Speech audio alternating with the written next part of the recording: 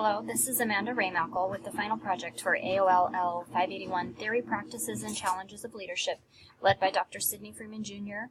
from the University of Idaho in the fall of 2018. This is the WIG leadership presentation. And I just want to take a quick second to note that I was really excited to get to this part of the class because I've had some experience with the Stephen Covey work. I work in a Leader in Me school, and we have worked to become a lighthouse school at one point in time, which just means we've worked really hard to make sure that all of our students are becoming leaders in their own right. And this work has taken me from being a surviving teacher to one who's thriving and risking leadership roles, which has brought me to this platform in working to achieve a master's degree in special ed, which I graduated with in May, and I'm currently finishing an ed specialist degree. So this work has really changed my outlook on my career and leadership and what it means to be part of a team, and I hope that the rest of you have been able to make some similar connections as well. The intent for this presentation is to walk through the 4 disciplines outlined in the reading, and then to walk through a personal WIG and the pieces of the 4 disciplines as it applies to a personal goal. So the first one is to set your focus and establish a WIG, a wildly important goal. This is a goal that will impact the rest of your work. It will change the face of what you are doing. It's something that is very specific. It is something that will require you to set aside some time and really focus and stay out of the whirlwind of the everyday busy stuff that happens. You have to establish a time frame for these. They need to be measurable. They should be linked to a vision and mission statement if you really want to be effective with them and really focus your work. We get so busy wrapped up in making sure all the emails are answered and we've talked to this person or made it to that meeting that we can lose sight of important goals. And a WIG is really designed for you to avoid the whirlwind and really get some major work done. WIGs have a couple different measures. The first is a lag measure. It's that end measure. Did I meet the goal or not? It's the final decision. It's kind of like, the judge hitting that gavel. Yes, I made the goal, or no, I did not make the goal. And the bummer thing about this is once that data's in, it's already too old for you to do anything about. So it's final. You can't change it. This is out of sight for long periods of time, and it can kind of lose its focus for you. And once you've hit it, it really can only be used for establishing future goals or future work. Discipline 2 focuses on acting on your lead measures, which they do impact your lag measure, so they're related but not the same. So lead measures, they measure the most high impact actions you can take to meet your goal. When I say you, that means you can influence it, and those things that you're doing are predictive of whether or not you'll meet the lag measure.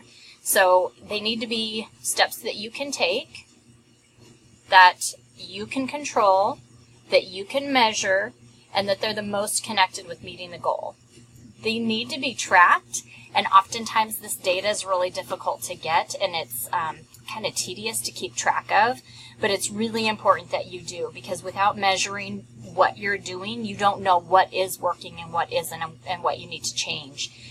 These are your leverage actions. So you want to be really careful about what you choose here, because these are the actions that are going to be the most effective. What's going to give you the most leverage in reaching that goal? And you need to be able to take note of this at least weekly, if not daily. So this is important stuff. Then we move on to Discipline 3, where you're keeping a compelling scoreboard, which is gathering the data from your lead measures and really taking the time to keep track of it and evaluate what's working and what isn't. These scoreboards need to be visual. They need to be easy to read.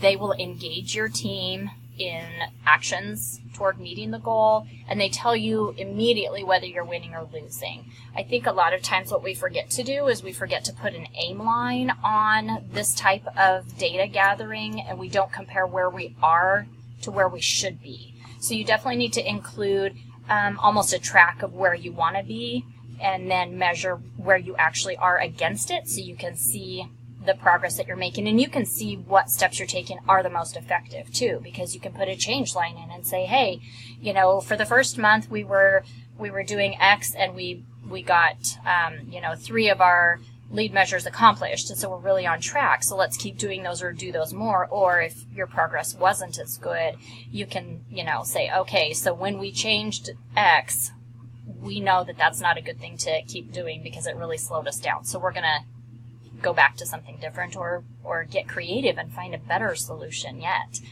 Synergize. These scoreboards need to be out for people to see daily. It doesn't have to have daily data, but if you have daily data, put it on there so you can see, because the more input you have on the lead measures and the overall impact of reaching a goal, the more engaged you'll be with it, and the more commitment people will have to reaching that goal. Once you've set the WIG and you are measuring how you're doing to meet that goal through your lead and lag measures, Discipline 4 requires you to create a cadence of accountability. So to meet regularly and revisit what you're doing to see what's working and what isn't. It's an opportunity for teams to hold one another accountable. It's an opportunity for team members to commit to specific steps that they can take to reach the goal. It allows people to get face-to-face. It's personal and engaging. These meetings, though, they need to be quick and to the point. The book recommends at least weekly. The whirlwind is never allowed to enter these meetings, so no distracting work can come to these meetings. Schedule another time to take care of those tasks that are from the whirlwind. These meetings also encourage new ideas and communication. They promote shared learning and leadership. And this is the moment where you can look at that data that you're gathering on your lead measure, and you can make changes. You can evaluate what's working faster, what's working better, what's not working at all, or what's just a little less effective, and it allows you to edit that and be kind of on pace with the work that you're doing and with life itself. It allows you to keep right on track with the goal and the lead measures as you work toward the goal. So, the hardest part is always the personal application of all of this. It seems so simple and straightforward, and it seems so doable when you first look at it, because it's fairly linear, and it makes sense. But when you really try to apply it to something that's happening in your day-to-day, it, for me, has been very difficult to be that focused and really get one thing that is super important to me. But I have had a goal that I've considered for a long time, and I keep putting it off, and I have let my whirlwind get in the way of reaching this goal, and so I used this opportunity to kind of outline this goal in a WIG so I can get it done. So my personal WIG is by the end of December of 2018, I want to release and maintain, or have a maintenance plan for, anyway, a functioning website for students, families, and colleagues. I have a draft, so I just need to work forward. My lag measures are those big, heavy-duty yes or no questions. Do I have the website up and running? And do I have a maintenance plan for the website? And I can answer both of those on December 30th of 2018. My lead measures are those things that I need to do in between now and then that can get the goal accomplished. So I set myself up a schedule of website development.